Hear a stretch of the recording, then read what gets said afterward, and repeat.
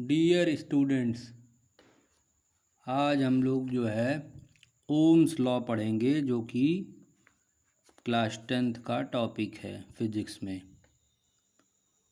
Ohm's law, ठीक है। Ohm's law जो कि जॉर्ज साइमन ओम, एक जो जर्मन फिजिसिस्ट थे, उन्होंने 1827 में एक बहुत इम्पॉर्टेंट रिलेशन उन्होंने पाया। किसके बीच में? करंट और पोटेंशियल डिफरेंस के बीच में। करंट और पोटेंशियल डिफरेंस के बारे में आप लोग जानते ही हैं, बताया गया है। तो करंट और वोल्टेज एक दूसरे के साथ कैसे रिलेटेड हैं, ये ओम्स लॉ जो है बताते हैं। ओम्स लॉ के स्टेटमेंट में बताया गया है। तो क्या स्टेटमेंट है, उसके लिए समझने के लिए सबसे पहले मान लेते हैं कि देयर इज़ अ कंडक्टर। एक कंडक्टर है और उस कंडक्टर के जो टर्मिनल्स हैं ए और बी, ठीक है। इस कंडक्टर को हमने किसी वी पोटेंशियल डिफरेंस वाले बैटरी के साथ हमने इसको जोड़ दिया है। पोटेंशियल डिफरेंस वी, तो जैसे ही हम इसमें पोटेंशियल डिफरेंस वी वाला एक बैटरी जब जोड़ेंगे तो इसमें करंट फ्लो करेगी। करंट हमेशा किधर से निकलती है? पॉजिटिव टर्मिनल से निकल के नेगेटिव टर्मिनल्स में जाएगी, ठीक। तो जॉर्ज साइमन ओम ने ये पता लगाया कि जो इसमें आई करंट है वो इस पोटेंशियल डिफरेंस के डायरेक्टली प्रोपोर्शनल होगा। मीन्स जैसे जैसे आप पोटेंशियल डिफरेंस इंक्रीज करते जाएंगे वैसे वैसे क्या होगा? करंट भी इंक्रीज करेगी। दूसरे शब्दों में हम कह सकते हैं कि V is directly proportional to I, है ना। एक को बढ़ाने से दूसरा भी इंक्रीज होगा। साथ ही साथ यहाँ प्रोपोर्शनलिटी को हटाने के लिए हमें हमेशा किसकी आवश्यकता होती है? कांस्टेंट की। V is equal to IR। तो ओम्स लॉ का जो स्टेटमेंट है वो ये कहता है कि the current is directly proportional to the potential difference applied across the end of the conductor provided temperature should remain constant. यहाँ पर क्या कांस्टेंट रखना है? Temperature and other physical conditions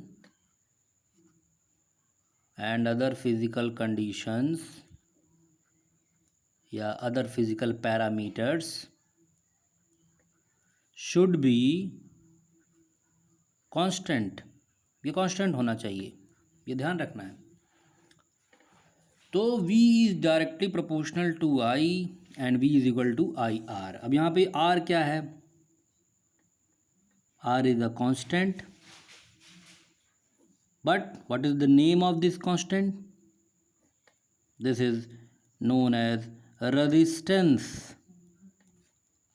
resistance of the conductor.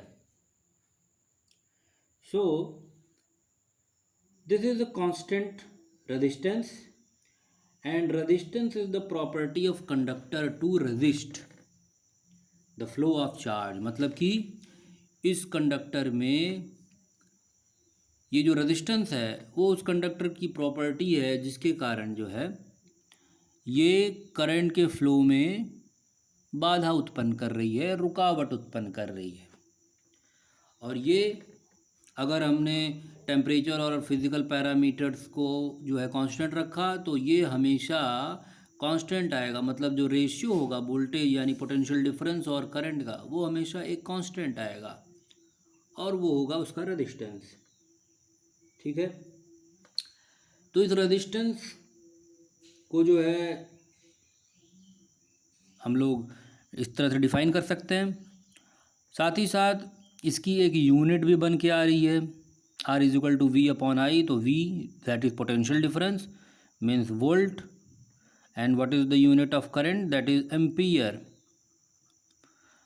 और इसी volt per ampere को हम लोग जो है ओम के नाम से जानते हैं, जो कि सिंबल हमारा कैसा होगा, इस तरह का, ohm. So ohm is the SI unit of the resistance, SI unit of resistance. Okay.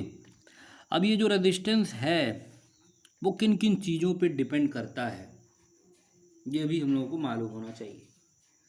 तो रेजिस्टेंस डिपेंड करता है लेंथ पर, resistance of conductor depends on length of the conductor. दूसरा थिकनेस ऑफ द कंडक्टर,